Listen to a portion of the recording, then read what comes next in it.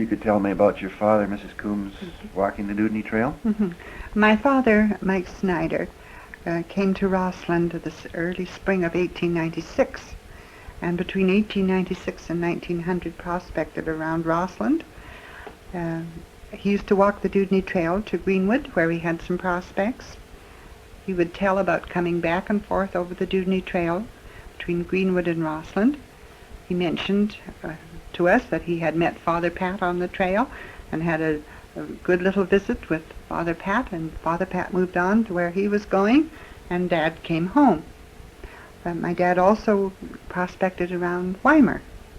In fact, he washed the gold for my mother's ring out of the Weimar River. My mother's wedding ring out of the Weimar River. We really looked forward to the winter carnivals when I was a child. There were many, many hockey games. Teams would come from Grand Forks, Phoenix, Fernie, Cranbrook, Nelson, Trail. There'd be hockey games going all day long. And we used to hate to have to go to school, but my mother said, well, no staying out of school to go to hockey games. But finally, usually towards the end of it, when there'd be the playoffs, we could stay off one afternoon from school. And I remember gathering a whole number of girls, and away we'd go to the rink. And we'd have a lot of fun. We'd kind of bawl out the losers and cheer for the winners. They had different colors. Each town had a representative color. I remember Nelson was green and white, and of course Trail has always been black and yellow. We were red and white. We were always very proud of our red and white.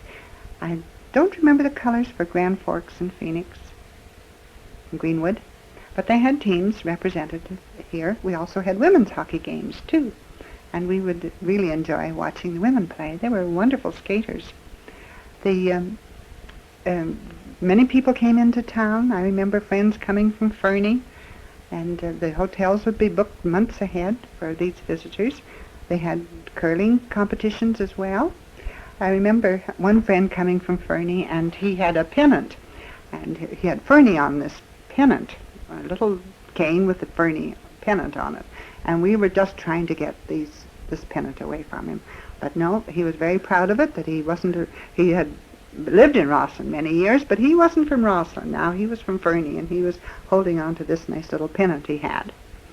Then we would have the ski joring on Columbia Avenue, and you really had to get out of the way of the horses' hoofs because they threw snowballs that were really packs of ice. We were pleased to think that we had all this excitement. I can remember seeing the ski jumping down on above Victoria Avenue in Rossland. We had some friends by the name of Hollands, and that winter the ski jumping took place out there. Usually it took place on Monte Cristo Mountain, but this winter particularly they had it out there. And from our friends' home we could watch the ski jumping and the crowds and crowds of people who came out. I don't know who was jumping, but I remember that fact. That would be about, I would think 1910. There also the snowshoeing races. We always were very proud of the snowshoers. They also had hose racing on the main street in the winter as well as the summer, when the teams from the mines would compete with their hose reels, and we had some excellent runners. Some of these old competitions, the pictures are in the museum of the teams who were racing with the hose reels. Do you remember anything about the fancy dress masquerade? Oh, the masquerades were really something. The carnival would open with a fancy masquerade. Some of the costumes were marvelous, and excellent skating among the younger people, and the young adults too. I remember two former teachers, and they were beautiful skaters, and I remember them winning a prize at the masquerade. And the children, anything to get on the ice. I didn't skate, but my brother did, and he would round up any old kind of a costume just to get on the ice. It was really colorful to see that, the whole ice sheet just packed with people in costume. Then, of course, they would be judged for prizes. Were there any special shows or performances put on in town during the carnivals that you recall? No. in 1900 they had a big military ball. Was this function ever repeated again? Not that I know of, no. I don't remember anything like that. Do you remember the big toboggan slide? Oh, The that zip, as they toboggan called it. slide was really something.